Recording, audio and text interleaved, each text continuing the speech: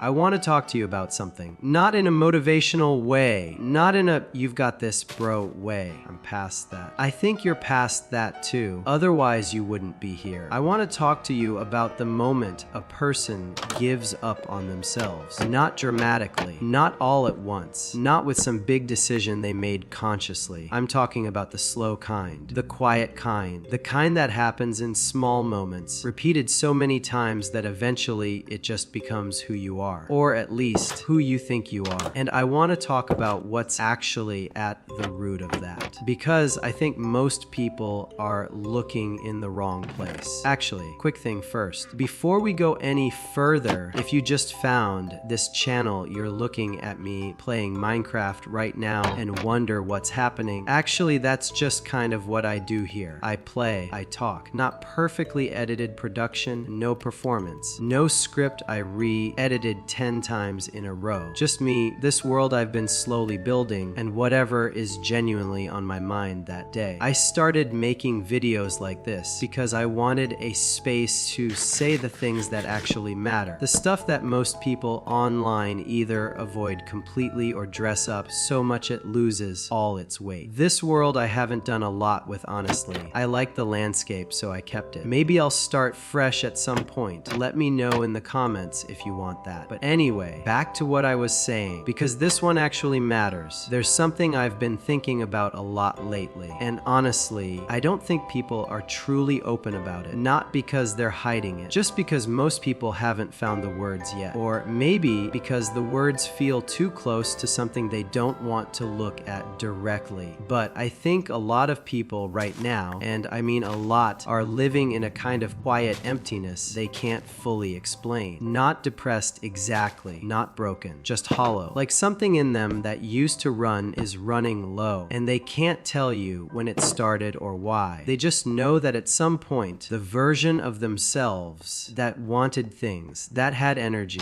that wasn't scared of everything, that version kind of went quiet. And the scary part, most people just accept it. They call it growing up. They call it being realistic. They stop expecting to feel alive, and they just move through the days. I want to talk about what's actually going on there, because I think I know what it is. And I think once I say it, you're going to feel it land somewhere specific. Think about this for a second. From a pretty young age, you're handed a kind of invisible script. Go to school, get the grades, fit in, go to work, don't stand out too much. Care about the things you're supposed to care about. Want what everyone else seems to want. And somewhere in the middle of all that, somewhere between trying to keep up with everything and trying to belong, you stop asking yourself what you actually feel, what you actually want. What version of yourself is real versus the version that's just easier to show people? And I'm not saying this as some conspiracy. The people around you mostly have good intentions. Your parents, your teachers, the people who shaped you, most of them were just passing on what they were taught. But the result is still the same. A lot of guys hit their late teenage years or their 20s and realize they've been moving on autopilot, making choices based on what looks right on the paper, what gets approval, what doesn't cause friction or problems, not based on what they actually feel inside. And somewhere in that process, they've slowly lost the version of themselves that was sharp, clear, and actually wanted things. And I think something very specific is behind that. Something people never connect to this feeling, even though it's connected to almost all of it. There's something you're probably doing every day, or at least close to it, and you don't think of it as something important or significant. You think it's just a habit, a release, something normal that everyone does, and that doesn't really affect anything in your life. I'm not going to name it yet. Just stay with the feeling I'm describing. You do this thing, and afterward there's a drop, a deflation, that 30-second, why did I even do that feeling, and then you move on and forget about it. You move on. But something inside you doesn't. Something registers that moment. Some part of you keeps a quiet score. And the score isn't kept in your conscious mind. It's kept in your energy, in your drive, in that thing that makes you feel like there's a reason to start something. Go after something, be present in your own life. And every time you do it, the score goes down a little. Not dramatically. Not in a way you can point at and say, there it is, that's when it started. It's gradual. gradual, like a slow leak. And by the time you actually feel it, you've been running on empty long enough that the emptiness feels like the baseline. That emptiness feels like personality. And I want to be clear about something right now: that emptiness is not your personality. It is not your potential. It is not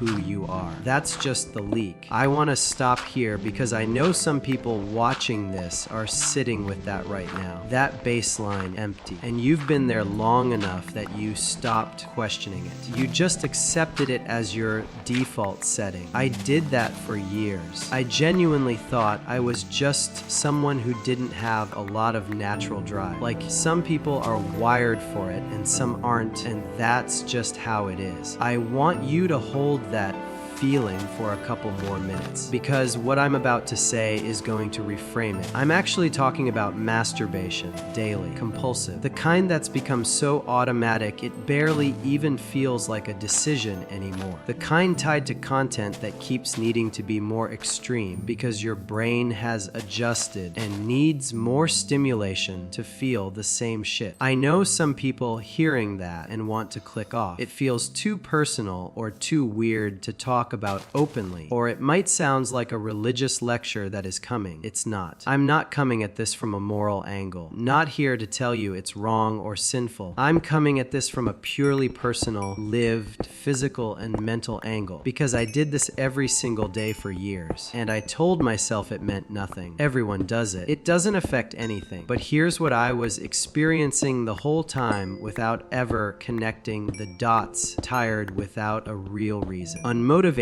without a real reason. Scared of social situations in a way that felt bigger than it should. Ideas I never started. Things I wanted and never went after. I watched other people and thought they had something in them that I just didn't have. That wasn't my personality. That was depletion. And here's something worth saying clearly. This shouldn't even need to be a conversation. The fact that we have to talk about not doing this, that we need YouTube videos and communities and strategies just to maintain something this basic, says more about where we are as a society than anything else. This should be the default. The fact that it isn't, the fact that it feels like an achievement just to go a few days without it, tells you exactly how deep the conditioning runs. Now, here's something I genuinely wish someone had broken down for me, because this is the most practical thing I can give you today, especially on day one. Not all urges are the same. Knowing the difference is the entire game. The first type is biological. It comes from your body. It's a feeling that shows up, usually random, usually passing, and it doesn't carry much weight behind it. Your body just does this. It's biology running its process. The urge shows up, peaks, and if you don't feed it, it passes on its own, like a wave that comes in and goes back out. You barely notice it once you stop treating it like a crisis. That type is manageable. That's actually not the hard part. The second type is the dangerous one. The second type is intentional. This is when you're not even feeling a strong urge. You're just bored or tired or slightly flat. And without really making any decision, you drift toward it. You put yourself in the exact environment where it always happens, and you let it unfold because nothing in you is fighting it. That's the key thing. You're not against it. You didn't fight and lose. You were basically its partner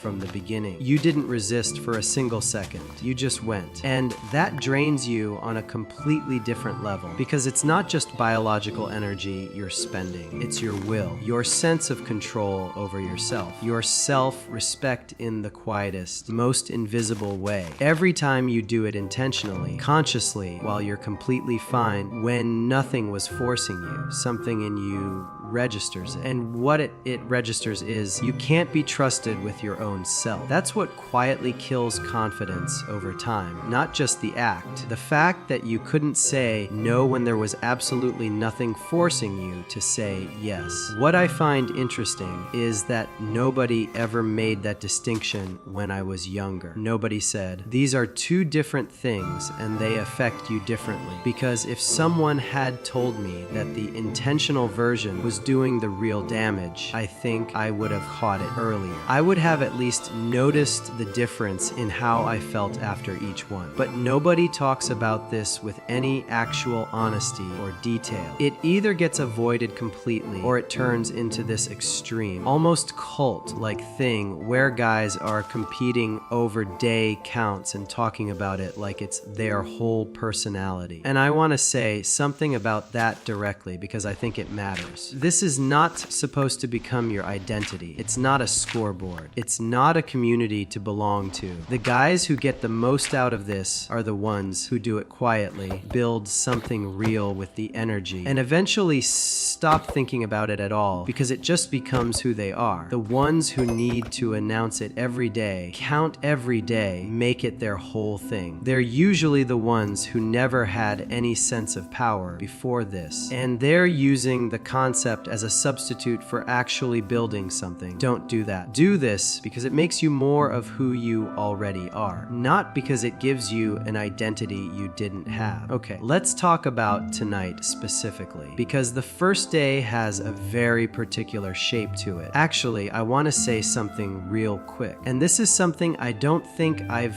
fully said out loud yet. The reason I started this channel isn't just to talk. I mean, that's part of it. But the actual reason, the real one underneath that, is that I needed something to prove to myself. Not to anyone watching, but to myself. Because here's the thing. I can talk about energy, about drive, about being consistent and building something, and not giving yourself away. And all of that is real. I mean, every word of it. But at some point, you have to put your own name on the line, or it's just words. So this channel is that for me, showing up every day, creating and editing videos, training, not missing a single one, not because anyone is forcing me to, just because I said I would. And every day I do it, I build something in myself that I can't get any other way. Not from reading about it, not from watching someone else do it, only from actually doing it myself consistently over time until I can look back and say, I told myself I was going to do this and I did. That's the real experiment here, not just the content, me. And I'll tell you one more thing. At the end of this year, if I keep this promise to myself, if I actually show up every single day the way I'm saying I will, I'm going to do a face reveal, not as a gimmick, not for the views, but because by that point, I'll have actually earned it. I'll have something real to show up with. A year of work, a year of daily videos, a year of training, a year of living what I talk about. And I want to make one video at the end of that. No Minecraft in the background, just me, where I sit down and talk about what that year actually looked like, what it cost, what it built, and what comes next. That's the promise. It's out there now. So if you're new here, you're not just watching a channel. You're watching someone try to actually become something over the course of a year in real time with nowhere to hide. I think that's worth sticking around for. Anyway, where we are, let me tell you where this actually starts, because it doesn't start with the urge. It starts with the phone, specifically the phone in bed at night. This single habit is more intentional than almost anything else, and most people have normalized it so completely they don't even see it as a setup anymore. They think they're just relaxing. Here's what's actually happening. You finish your day, you're tired, you get into bed, you pick up the phone. You tell yourself you're just going to scroll for a bit, watch something, unwind. But